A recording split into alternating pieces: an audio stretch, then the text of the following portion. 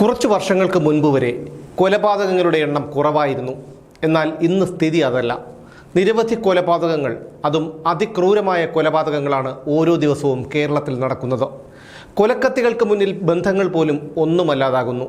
മാതാപിതാക്കൾ മക്കളെയും, മക്കൾ മാതാപിതാക്കളെയും, പെറ്റമ്മ പിഞ്ചുകുഞ്ഞിനെയും കൊലപ്പെടുത്തുന്നത് ഇന്നൊരു സാധാരണ സംഭവമായി മാറിയിരിക്കുന്നു. മുമ്പ് ഉത്തരേന്ത്യയിൽ മാത്രം കേട്ടു പരിചയമുള്ള ആൾക്കൂട്ട കൊലകൾ പോലും ഇന്ന് കേരളത്തിൽ സർവ്വസാധാരണമാണ്.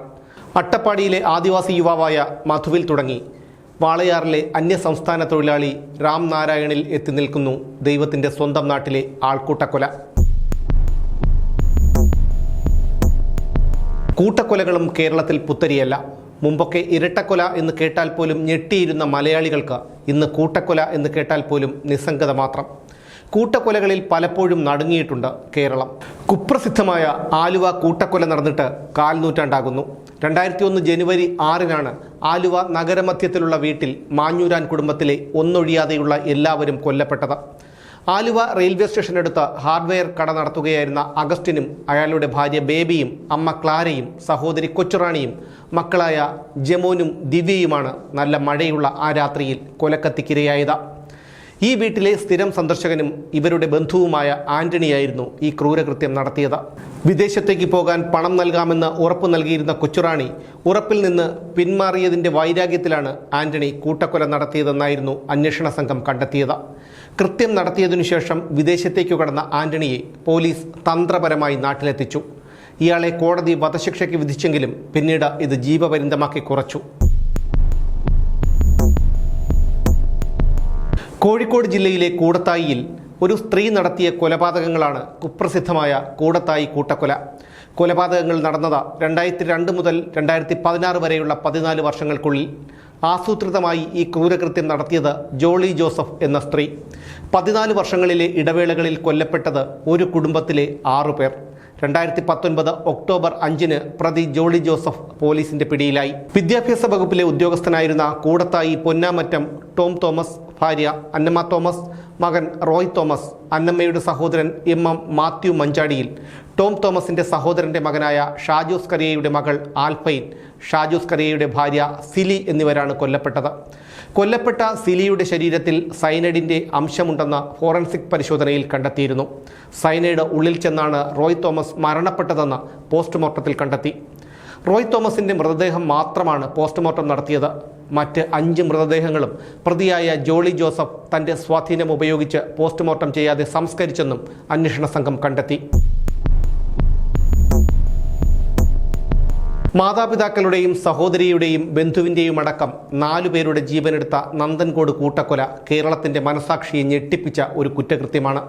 കൊല്ലപ്പെട്ട പ്രൊഫസർ രാജതങ്കത്തിൻ്റെയും ഡോക്ടർ ജീൻ പത്മയുടെയും മകനായ കേഡൽ ജിൻസൺ രാജ എന്ന യുവാവായിരുന്നു ആസ്ട്രൽ പ്രൊജക്ഷൻ എന്ന സാത്താൻ സേവയുടെ പേരിൽ കൊലപാതകം നടത്തിയത്. 2017 ഏപ്രിൽ 9-ന് ക്ലിഫ് ഹൗസിനടുത്തുള്ള വീട്ടിൽ വെച്ചാണ് അച്ഛനമ്മമാരെയും സഹോദരി കരോളിനെയും ബന്ധുവായ ലളിതയെയും കേഡൽ കൊലപ്പെടുത്തിയത്. 3 പേരുടെ മൃതദേഹങ്ങൾ കത്തിക്കരിഞ്ഞ നിലയിലും ഒരാളുടേത് ബെഡ്ഷീറ്റിൽ പൊതിഞ്ഞ നിലയിലുമായിരുന്നു കണ്ടെത്തിയത്. ഇവരുടെ ആത്മാവിനെ മോചിപ്പിക്കാനായിരുന്നു താൻ ഈ കൊലപാതകങ്ങളെല്ലാം നടത്തിയത് എന്നായിരുന്നു കേഡലിൻ്റെ അവകാശവാദം.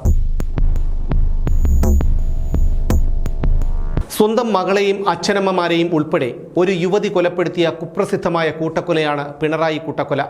2012 സെപ്റ്റംബർ 9-ന് കണ്ണൂർ പിണറായി പടന്നക്കര മണ്ണത്താൻ വീട്ടിൽ 1.5 വയസ്സുള്ള കീർത്തനയുടെ മരണമാണ് ഈ കൊലപാതക പരമ്പരയുടെ തുടക്കം. പോസ്റ്റ്മോർട്ടത്തിൽ കണ്ടെത്തിയത് കീർത്തനയുടെ മരണം വിഷം ഉള്ളിൽ ചെന്നായിരുന്നു എന്നാണ്.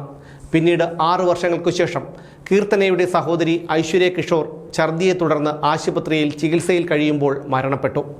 ഐശ്വര്യ മരിച്ച് 43 ദിവസമായപ്പോഴേക്കും അമ്മൂമ്മ കമലയും മരിച്ചു. കമല മരണപ്പെട്ട് 1 മാസം കഴിഞ്ഞപ്പോൾ അവരുടെ ഭർത്താവ് കുഞ്ഞികൃഷ്ണനും സമാനമായ ലക്ഷണങ്ങളോടെ മരിച്ചു.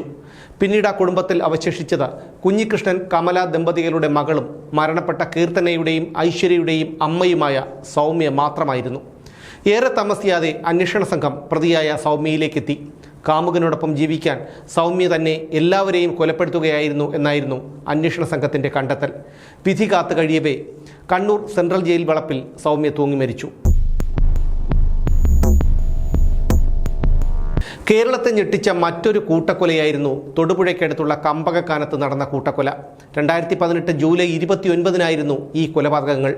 കമ്പകക്കാനം കാനാട്ട് വീട്ടിൽ കൃഷ്ണൻ, ഭാര്യ സുശീല, മക്കളായ ആർഷ, അർജുൻ എന്നിവരാണ് കൊല്ലപ്പെട്ടത്. ആഭിചാരക്രിയകളിൽ വിശ്വസിച്ചിരുന്ന കൃഷ്ണനും അയാളുടെ ശിഷ്യനായ അനീഷും തമ്മിലുള്ള തർക്കമാണ് അരുംകൊലകളിലേക്ക് നയിച്ചത്. അനീഷിന്റെ മാന്ത്രിക കർമ്മങ്ങൾ ഫലിക്കാത്തത് കൃഷ്ണൻ കാരണമാണെന്ന തെറ്റിദ്ധാരണയാണ് അനീഷിന് കൃഷ്ണനോട് വൈരാഗ്യമുണ്ടാകാനുള്ള കാരണം. ആസൂത്രിതമായി നടത്തിയ കൂട്ടക്കൊല എന്നായിരുന്നു കുറ്റപത്രത്തിൽ പറഞ്ഞിരുന്നത്. കേസിലെ ഒന്നാം പ്രതിയായ അനീഷ് പിന്നീട് വിഷം കഴിച്ച് ആത്മഹത്യ ചെയ്തു. 2002 തൊടുപുഴയിൽ നടന്ന മറ്റൊരു കൂട്ടക്കൊലയിൽ കൊല്ലപ്പെട്ടത് ചീനിക്കുഴി മുഹമ്മദ് ഫൈസലും ഭാര്യ ഷീബയും മക്കളായ മെഹ്റിനും അസ്നയുമായിരുന്നു. കൊലയാളി ഫൈസലിന്റെ പിതാവ് ഹമീദ് മക്കാറും. സ്വത്ത് സംബന്ധമായി മകനുമായുള്ള തർക്കമാണ് അരുംകൊലയിലേക്ക് നയിച്ചത്. മകനെയും മരുമകളെയും പേരക്കുട്ടികളെയും മുറിയിൽ പൂട്ടിയിട്ട് പെട്രോൾ ഒഴിച്ച് തീ കൊളുത്തുകയായിരുന്നു.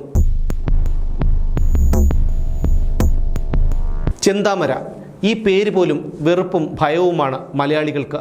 കേരളം ഞെട്ടിയ പാലക്കാട് കൊല്ലങ്കോട് പോത്തുണ്ടി ഇരട്ടക്കൊലപാതകത്തിലെ പ്രതിയാണ് ചെന്താമര. പോത്തുണ്ടി തിരുത്തമ്പാടം വായൻ നഗറിൽ അപ്പായിയുടെ ഭാര്യ ലക്ഷ്മിയെയും മകൻ സുധാകരനെയുമാണ് ചെന്താമര അതിക്രൂരമായി വെട്ടിക്കൊലപ്പെടുത്തിയത്. സംഭവം നടന്നത് 2025 ജനുവരിയിലായിരുന്നു. 2019 സുധാകരൻ്റെ ഭാര്യ സജിതയെ വെട്ടിക്കൊലപ്പെടുത്തിയ ശേഷം ജയിലിൽ പോയ ചെന്താമര ജാമ്യത്തിൽ ഇറങ്ങിയപ്പോഴാണ് സുധാകരനെയും ലക്ഷ്മിയെയും വകവരുത്തിയത്.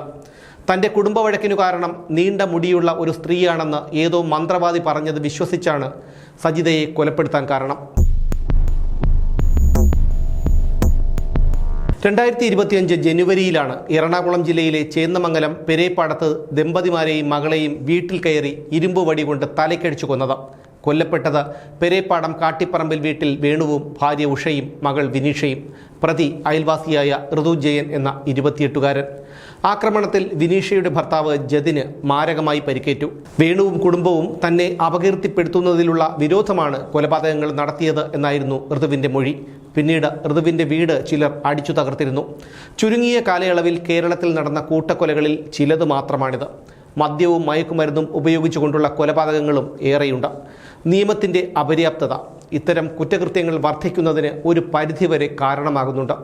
1-2 റിമാൻഡ് കാലാവധി കഴിഞ്ഞാൽ പുറത്തിറങ്ങാമെന്നും കുറച്ചു കാശും നല്ലൊരു വക്കീലുമുണ്ടെങ്കിൽ ഏത് കേസിൽ നിന്നും രക്ഷപ്പെട്ടു പോരാമെന്ന ധാരണയുമാണ് പലർക്കും കുറ്റകൃത്യങ്ങൾ ചെയ്യാനുള്ള അറപ്പില്ലാതാക്കുന്നത്.